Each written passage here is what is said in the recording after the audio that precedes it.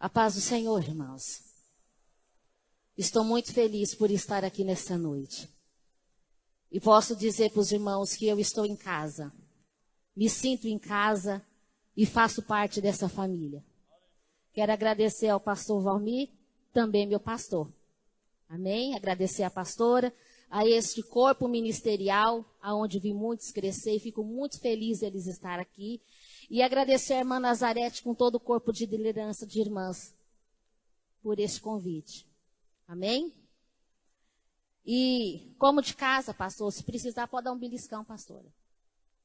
Talvez, dependendo do meu estado, eu não enxergue o horário ali, mas eu estou aqui para ser submissa à autoridade. Amém? Eu não sei como você chegou aqui nessa noite. Verdade é que às vezes entramos na igreja com o nosso corpo, às vezes machucado, a nossa alma ferida, às vezes só de corpo presente, mas o teu espírito lá fora, no teu problema. E se você entrou aqui nesta noite, eu vou esperar o teu espírito entrar na presença do Senhor. E você deixar lá fora tudo aquilo que te deixa preocupado. E saber que na presença do Senhor, Ele vai resolver tudo o que você precisa. Amém? Eu vou dar primazia à palavra do Senhor. Eu já cantei com meu filho. Na hora de orar, se der tempo, eu louvo aquele hino. Amém? Se eu tiver fôlego. Eu quero compartilhar com os irmãos. Aleluia. Em Efésios, capítulo 2. Versículos 5 e 6. Estando ainda mortos em nossas ofensas, nos vivificou juntamente com Cristo, pela graça sois salvos. E nos ressuscitou juntamente com Ele, e nos fez assentar nos lugares celestiais em Cristo Jesus. Podeis assentar, irmãos. Aleluia. Louvo a Deus pela dispensação da graça na qual nós vivemos. Louvo a Ele pela sua infinita misericórdia de ter acesso ao Santo dos Santos e poder adorar este Deus. Mas sabemos que nem sempre foi assim. A Bíblia diz que quando Deus colocou o homem aqui na terra, o homem era 100% espírito. Alguns historiadores vão dizer que o jardim do Éden com Adão e Eva foi aproximadamente de 100 anos. Mas não posso afirmar. É conversa de historiador, teólogo. Mas vamos pela palavra que é viva e eficaz e é prática aqui nessa noite. A Bíblia diz que quando o homem esteve aqui, ele era 100% espírito na presença do Senhor. E a Bíblia vai dizer que então Satanás propôs a Eva que se ela comesse daquele fruto, ela saberia o conhecimento do bem e do mal. Eu acho interessante, irmãos, para quê? A troco de quê que Eva se prestou a isso? Ela já tinha todo o conhecimento, o homem era perfeito na presença do Senhor. Ela já tinha todo o conhecimento do bem e daquilo que ela precisava. E a Bíblia vai dizer então que quando o homem peca, a mulher peca, eles morrem espiritualmente. A Bíblia diz que quando Deus fez o homem e a mulher lá no céu, Deus deu a ordenança. Foi para os dois. Em Gênesis 1, 26, 27, 28, vai dizer que Deus deu ao homem todo o poder, toda a autoridade, todo o domínio sobre as aves do céu, sobre os animais do campo e todo réptil que se rasteja e todo animal que vive sobre as águas. Antes de Adão e Eva descer, eles já estavam lá no céu, e seu espírito já estava diante de Deus. Então no capítulo 2 nós vamos ver que Deus, do pó da terra, do barro, da argila, o Senhor fez o homem e o Senhor fez a mulher. E a Bíblia então vai dizer que quando o homem peca, ele se esconde. E Deus vai dizer, Adão, onde tu estás? Deus não estava preocupado geograficamente em saber em que moita que Adão estava escondido. Não. Deus estava dizendo, aonde tu estás, Adão, que tu não está mais em mim. É em mim que tu não está mais, aonde tu estás? Então Adão e Eva vêm com as suas desculpas. Porque o homem percebeu que ele estava nu. Não era só um nu fisicamente que não estava usando roupa. Eles estavam despidos da glória de Deus, da majestade de Deus, da intimidade de Deus. Nós vemos que quando o homem e a mulher peca, a presença do Senhor afasta. Ele fica feio, ele fica oprimido, ele fica sem graça, ele não tem unção, ele não tem poder, ele não tem virtude. E era essa veste que Deus estava perguntando, você perdeu a intimidade comigo? É por isso que eu pergunto, aonde tu estás? Alamancho, harabiaçúbia. A Bíblia diz que Deus descia no jardim, o jardim era a casa, o jardim era o lar, o jardim era algo aconchegante, aonde o homem tinha a intimidade com Deus e Deus com ele. Deus sempre se preocupou em ter em comunhão, em falar com o homem. Percebe que Deus não pegou Adão e Eva e disse, filhos desobedientes, castigo, chicotada, o filho mau. Deus não disse isso. O filho ingrato, te botei no jardim, te dei de tudo. A Bíblia não diz que Deus fez isso, mas a Bíblia diz que Deus se preocupou em permanecer uma aliança, ainda para ter contato com o homem, porque o pecado, o homem não podia mais desfrutar daquela glória, daquela presença diante de Deus. E a Bíblia diz que Deus não condena o homem, mas Deus vai, prepara o sacrifício. E do animal que faz o sacrifício, a Bíblia diz que Deus faz roupa para o homem e traz o homem de volta para si. E a Bíblia diz que ao diabo, a serpente, Deus traz a sentença, a maldição, mas a Adão e a Eva, Deus traz a eles o julgamento, disciplina. E a Bíblia diz que naquele sacrifício, Deus então diz para a serpente, olha, da semente da mulher nascerá um que esmagará a tua cabeça.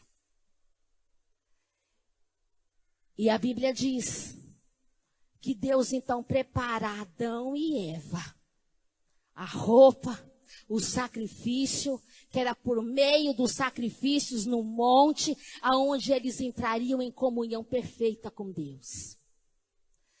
Percebe, irmãos, que a Bíblia vai dizer que Adão e Eva foram bons pais.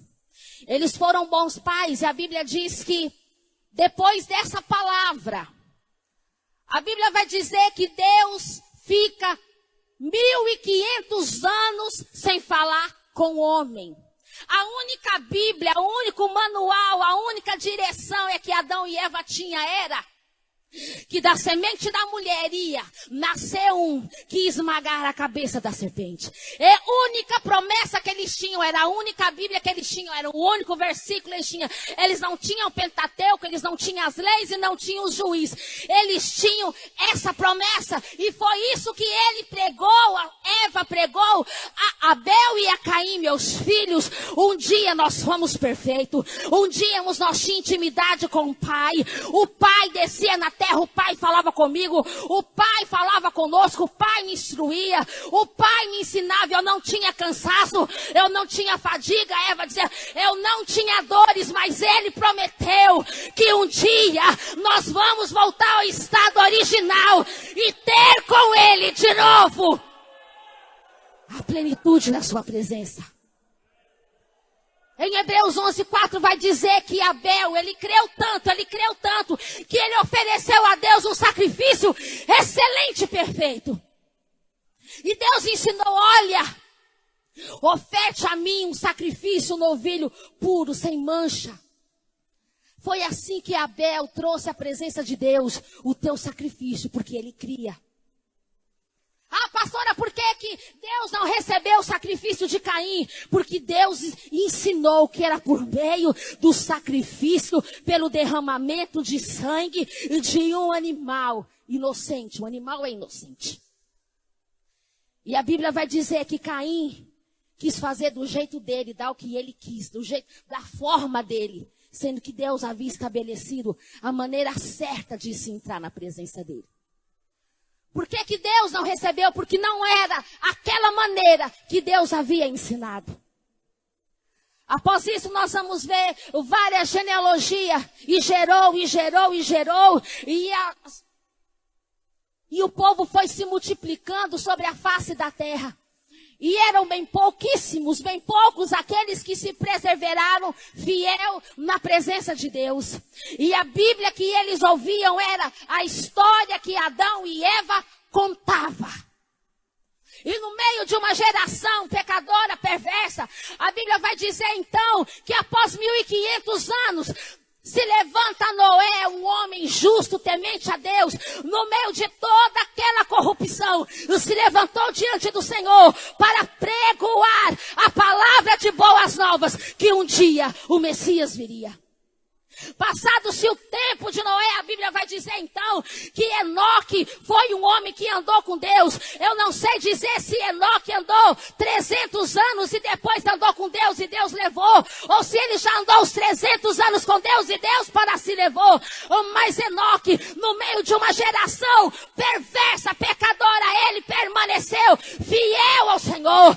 Eu quero te dizer que se estes homens puderam ser, você também pode entrar na presença dele, ser reto, ser íntegro e morar nas mansões celestiais. Oh, xaragasubrion derrécia. A Bíblia vai dizer que Abraão então tem um encontro com Deus e sobe ao monte e oferece sacrifícios. E a Bíblia vai dizer então que por amor a Abraão, pai da fé, Deus promete para Abraão: olha, Abraão, de ti virá uma grande nação e vocês serão poderosos e serão muitíssimos sobre a face da terra. Eu te engrandecerei muito. E a Bíblia vai dizer que com o passar dos anos veio Isaac e que com ele também veio Jacó. E a Bíblia vai dizer então que quando Jacó encontra José, a Bíblia vai dizer que Jacó atende ao apelo de José e vai para o Egito. Em lugar algum na Bíblia você vai achar que Jacó foi ao Egito por ordenança de Deus. Em lugar algum você vai dizer que Jacó desceu com a sua família ao Egito por ordem de Deus. Jacó foi para o Egito, uma aliança dada com o filho. E a Bíblia vai dizer que enquanto então Jacó morre, José leva o corpo de seu pai para ser sepultado na terra de seu pai. Mas quando José morre, ele disse: quando vocês saírem dessa terra, leva-me contigo. Agora nós vemos uma nação, um povo de Deus, que era nação, mas também era escravo. Era um grande número, mas era aprisionado. Talvez você está aqui e ainda não está desfrutando daquilo que Deus tem reservado no céu para você viver. Está aprisionado na incredulidade, na doença. Está aprisionado porque ainda não conhece a grandeza deste Deus que veio sobre a sua vida. Então a Bíblia diz que Deus faz uma aliança com Moisés. Moisés estava bem resolvido. Já tinha sua família. Estava muito bem aonde ele estava vivendo com seu sogro. E a Bíblia diz que então Deus fala com Moisés. E Moisés desce ao Egito para libertar aquele povo que era povo de Deus, nação de Deus. E a Bíblia vai dizer que Deus fala para Moisés: olha, Moisés, eu tenho a necessidade de estar no meio do meu povo. Eu tenho a necessidade de falar com o meu povo. E a Bíblia vai dizer que Deus, ele faz a lei executiva, legislativa e judiciária, ensinando aquele povo a voltar a ser nação, falar como nação, deixar de ser escravo, pensar como escravo e ser uma poderosa nação na sua presença. Aleluia. E a Bíblia diz que o povo ainda continuava a pecar. As leis eram pesadas, era difícil. E a Bíblia vai dizer que em certo tempo de crise, a igreja estava corrompida, o sacerdócio corrompido.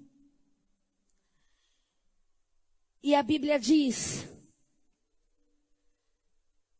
que Ana sonha em ter um filho para deixar viver na presença de Deus. A mãe e o pai que tem o filho no mundo sabe a necessidade que é encontrar alguém de Deus para ajudar a carregar a cruz e trazer aquele que você mais ama para a presença do Pai. A Bíblia vai dizer que aquela mulher resolve deixar o seu filho no templo num momento de grande escassez espiritual. Eli era velho, Eli era omisso, seus filhos não queriam nada com Deus, prostituíam no templo, prostituíam na presença do Senhor. E foi para esse povo que Ana almejou deixar o seu filho no altar.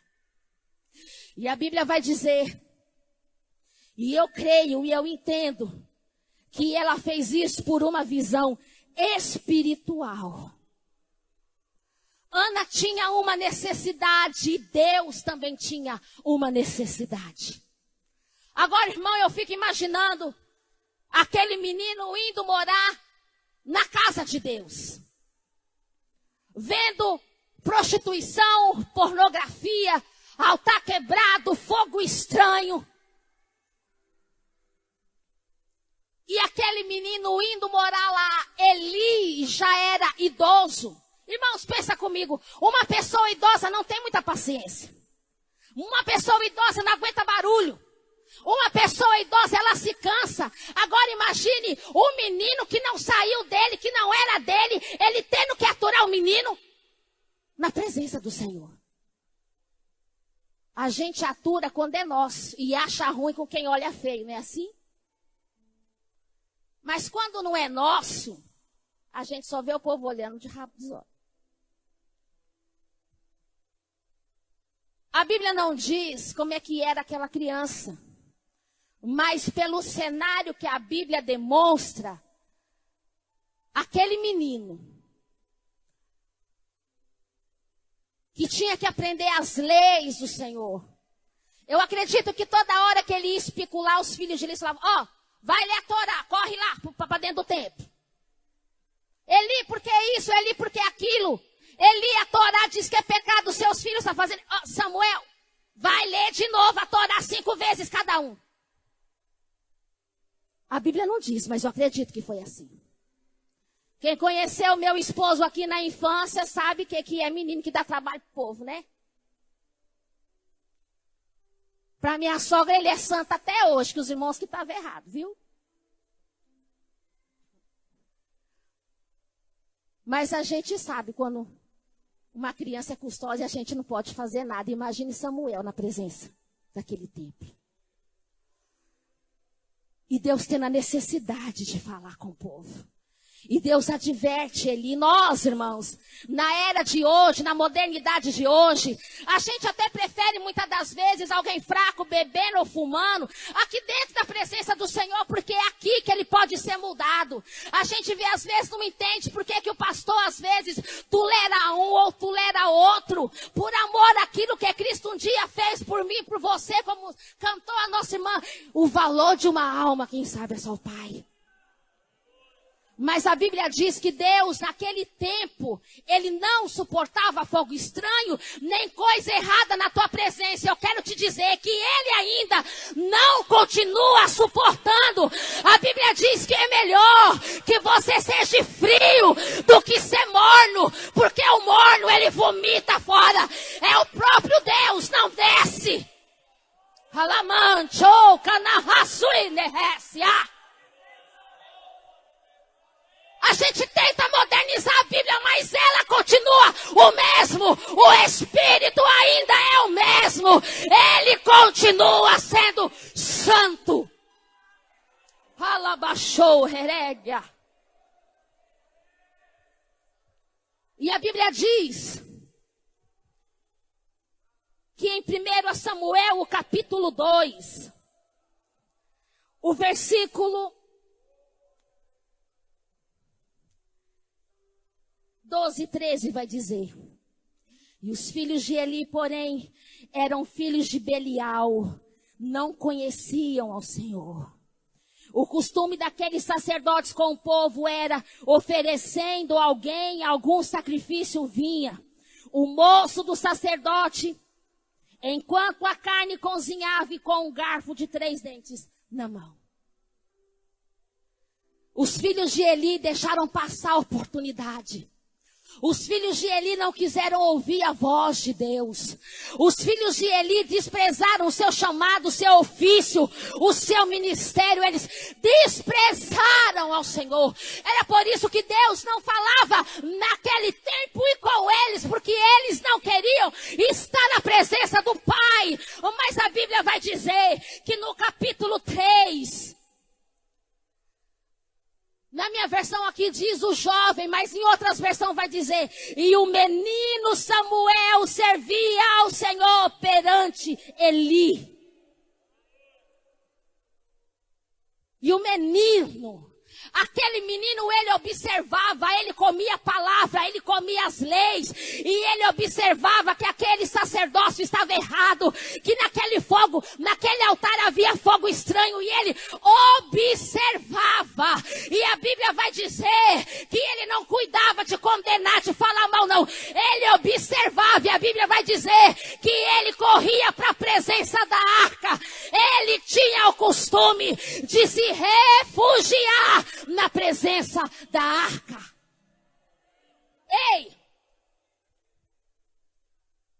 Eu já ouvi muitos preletores dizer, eu já vi muita gente falar que aquele menino dormia ao pé de Eli, ou na cama de Eli, ou aquecia Eli porque Eli era idoso. Não, a Bíblia diz que Samuel dormia ao pé da arca. Era na presença de Deus que ele dormia. Não era na casa pastoral, não era em hotel, era na presença da arca. E quando ele foi dormir, a Bíblia vai dizer que Deus chega para Samuel e fala: Samuel, Palabachuri derrécia.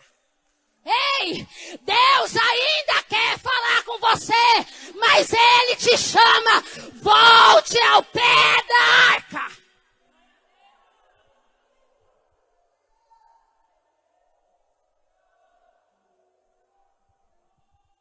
Aleluia.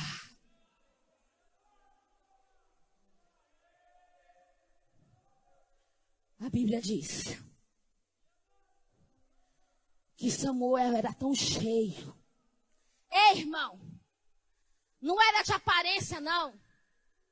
Às vezes nós estamos dentro da igreja, temos carta, temos curso teológico, temos credencial, mas nós estamos vazios. Pastor, eu não tenho nenhum pecado, eu não tenho nenhuma legalidade, porém tu está morto espiritualmente, porque tu não se dói pela obra do Senhor, tu não tem prazer de estar ao pé da arca, e Deus te chama para você se voltar a encher dele, não é encher dele, é de dentro para fora, é de dentro para fora.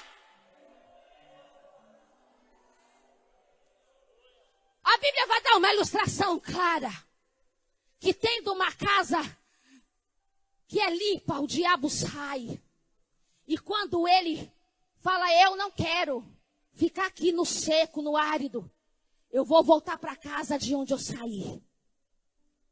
Você não é templo para vício. Você não é templo do pecado, você é templo do Espírito Santo. Morada dele. E às vezes, de fato, você não carrega nada disso, mas você está vazio. E casa vazia, o diabo procura voltar. E eu quero te dizer uma coisa: não basta ser limpo, tem que ser cheio. Cheio, de dentro para fora, de dentro para fora, de dentro para fora. Oh, aleluia! Esse é cheio. A Bíblia diz que Samuel dormia ao pé da arca. Mas ele teve tanta graça de Deus, tanta unção de Deus, que a presença que Deus que estava na arca passou a acompanhar Samuel aonde ele ia. A intimidade era tanta que a presença acompanhava onde ele ia.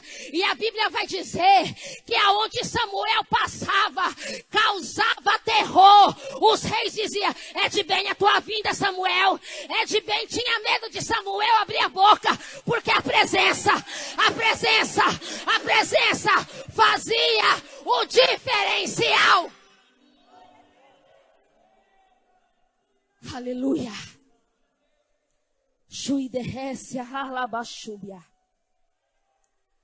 Aleluia. Abraão foi o pai da fé. E nós vamos dizer tantos homens que passaram pela Bíblia. E a Bíblia vai dizer que a presença do Senhor pairava sobre eles. Outrora manifestava, outrora subia. Não era constante. Que a história de Gênesis a Malaquias vai prefigurar a vinda de Cristo. Eu quero te dizer nessa noite, nós somos melhores do que Abraão. Nós somos melhores do que Davi, melhor do que José. Nós somos melhor do que Jeremias, melhor do que Isaías. Sabe por quê? Eles tinham a presença de Deus sobre a cabeça deles. Hoje, eu e você, tem Ele aqui dentro. Ele habita aí dentro. Xurebia, subia. A gente para pensar: eu quero chegar lá no céu. Eu quero dizer para Elias como que era a sensação de andar na carruagem. Qual foi a sensação daqueles profetas morrer? Aí eu quero dizer para Abraão como é que foi aquela sensação de estar lá no Monte Moriá e tendo que molar o filho. Ei, eu queria saber, irmão. Eles vão dizer: me diga qual é a sensação de ter Ele aí dentro. Me diga qual que é a sensação de ter o Espírito Santo morando dentro. Jurião de Récia. Aleluia, eu sinto Ele aqui.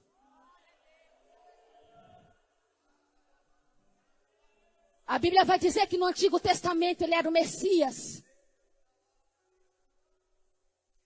A Bíblia vai dizer que no Novo Testamento Ele é o Jesus Cristo. A Bíblia vai dizer que no Antigo passaram-se por várias dispensações. E no Novo, João Batista vem preparar o caminho para Ele. João Batista não era sobrenome, João Batista da Silva. Aos judeus, aos hebreus, o nome vinha daquilo que ele fazia, do seu ofício, João Batista, porque ele batizava. Ele veio preparar o caminho. E a Bíblia vai dizer que ele veio. Maria não questionou como é que ele viria. Eu não sou casada, não tive relação com ninguém.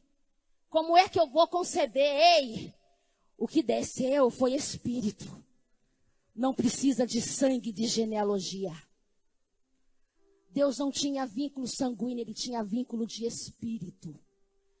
Ele foi aquele que fez o útero para Ele habitar dentro. E a Bíblia diz que no seu tempo Jesus era um nome comum, havia muitos Jesus naquela época. E Ele veio como homem. Ele não era 100% Deus, 100% não. Ele veio homem, Ele deixou da sua glória e desceu como homem. E nós vamos perceber que poucas coisas se falam sobre a infância e a adolescência dele. É um momento em que Maria chama ele para ele poder fazer um milagre lá na festa do casamento. Ele diz: mulher, ainda não é chegada a minha hora. Ele estava como homem.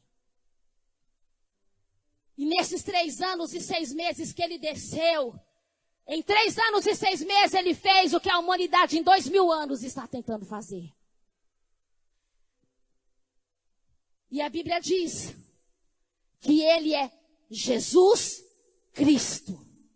Messias e Cristo significa o ungido. Jesus, o ungido. E a Bíblia diz que João estava com seus discípulos. E a Bíblia vai dizer que lá em João 1:35, Jesus está passando. E João Batista diz àqueles discípulos: eis aí o Cordeiro de Deus que tira o pecado do mundo. Jesus ia passando. Eu não sei se é Pedro, se é André, quando ouve aquilo, diz: ele é o esperado. Estamos esperando há 15 gerações por ele, é ele. A Bíblia diz que eles vai ao encontro, começa a seguir Jesus, e Jesus percebe que tem alguém seguindo eles. E Jesus disse: oi, tudo bem?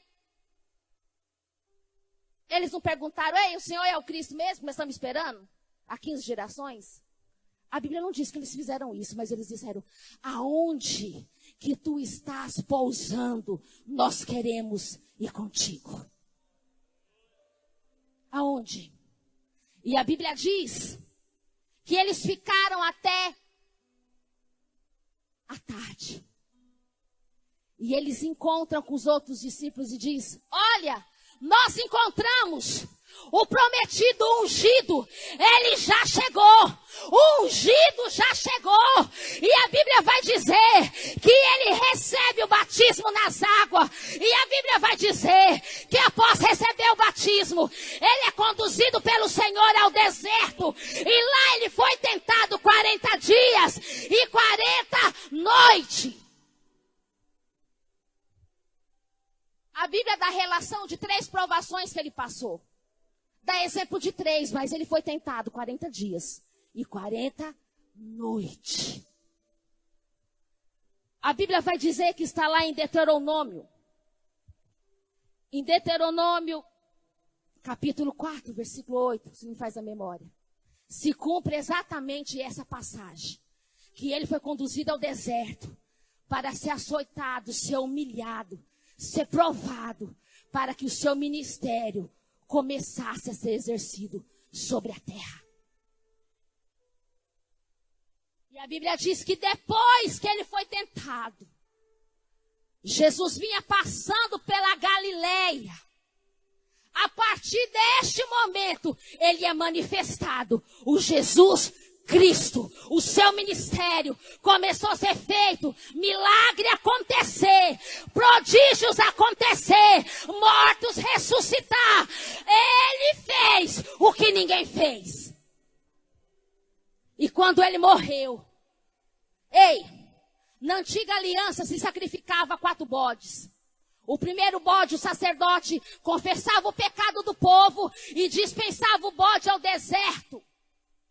O segundo novilho era apresentado em perdão e sacrifício pelo sacerdote que estava levando à presença de Deus aquele sacrifício. Os outros 2 eram as primazias levadas a Deus. Para que o povo pudesse estar na presença do Senhor uma vez por ano e ter os seus pecados perdoados. Ele agora é o novilho, levado para fora do arraial, açoitado, pagou a minha sentença e a sua. E a Bíblia diz que ele desceu até o inferno, pregou para Abraão, Isaque, Jacó, Moisés, e trouxe eles das profundezas e levou para a destra do Pai. E deixou livre acesso para mim, para você entrar na presença dele. E às vezes choramos, Deus olha para mim. E às vezes escutamos que Deus se inclina para a terra para nos enxergar. Não, irmão. A Bíblia diz que nós estamos à direita dele, acima de toda potestade, acima de todo mal. Nós assentamos agora à direita de Deus. Quando Deus quer ver eu e você, ele olha para o lado. Antes dele subir ao céu, ele disse: todo o poder que há em mim, todo, eu vos deixo todo o poder. Você tem ele dentro de você. Fique de pé. A Bíblia diz que há um homem lá no céu. E quando ele foi subindo a entrar as mansões celestiais, houve um alvoroço com os anjos. Quem é esse que está adentrando? Quem é esse?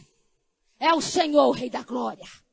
Subiu no corpo glorioso como homem, com as mãos furadas, num corpo de glória, para que um Deus lá no céu habitasse dentro do teu coração. Você é a igreja. Todo poder, toda majestade está sobre a igreja.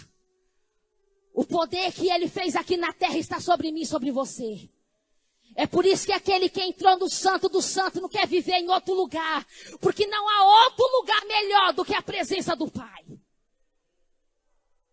E eu quero te convidar nessa noite, você vir aqui à frente. Para ser você voltar a ser cheio da presença dele. De dentro para fora. De dentro para fora. Para que aquilo que habite em você, o diabo corra. Tem irmão que corre do diabo. Corre de uma encruzilhada. Corre de uma macumba, irmão.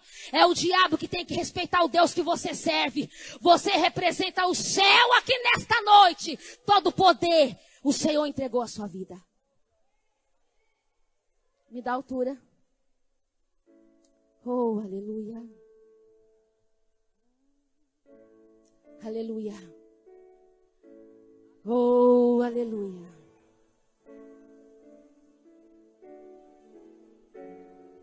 Se você não precisa de renovo, não precisa de unção, eu preciso, eu estou aqui, Pai.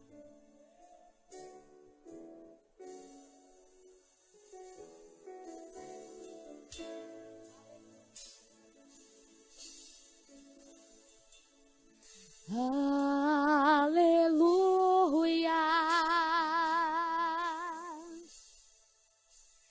Aleluia.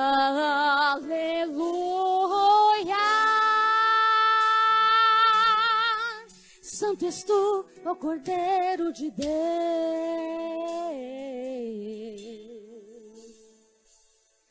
Aleluia. Oh, aleluia. Aleluia. Santo és tu, ó Cordeiro de Deus. Oh, Shuinderrece Arai. Aleluia.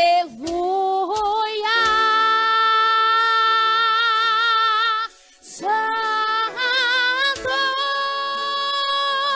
Santo. Ela machwi, cantará machwi. Digno tu és, digno tu és, de todo louvor. Santo é o Senhor Deus poderoso. Ramanagashwi, Remenehashwi. Ele é santo, glória, é o Senhor Deus Todo-Poderoso. Digno tu és, digno tu és de louvor. Você crê? Ele está te enchendo nessa noite. Eu sinto a glória dele aqui. Aleluia.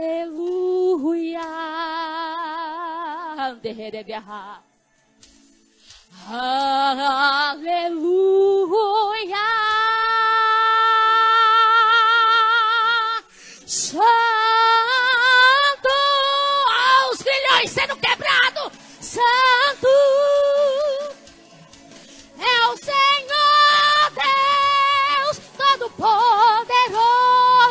manchoreguehai. Digno tu és, oh, xerebiahá. Digno tu és de todo louvor. Santo é o Senhor Deus Todo-Poderoso. Olha a glória dele. Digno tu és.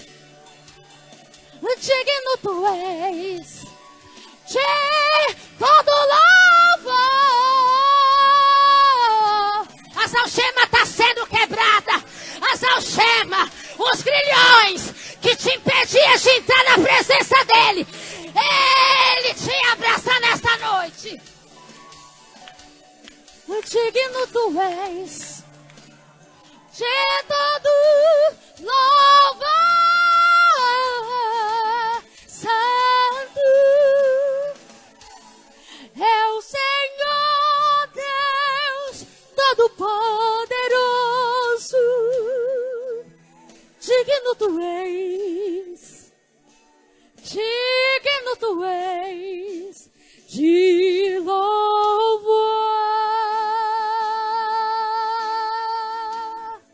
Oh, aleluia. Pai, eu te adoro, porque os grilhões estão caindo por terra. Pai, eu te adoro pela tua presença sobre este lugar. Pai, eu te adoro pelo novo e caminho e santo que o Senhor tem reservado para a tua igreja. Que anda, Senhor, de glória em glória. E que a tua igreja, Senhor, nesta noite, continua sendo edificada, ou fortalecida, debaixo da tua glória. E eu te agradeço, em nome de Jesus.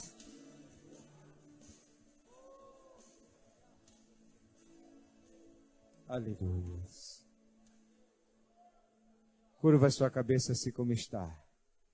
Deus, que cada um recebe a bênção que o Senhor veio buscar aqui agora. Deus, que cada um recebe a porção do teu Espírito Santo, de dentro para fora, meu Deus. Tu vai tocando, vai lhe dando, Senhor, curas, libertações, vitórias e milagre. Segundo a tua serva prevou, Deus. Agora, Senhor, no nome de Jesus, realiza esta unção, em nome de Jesus.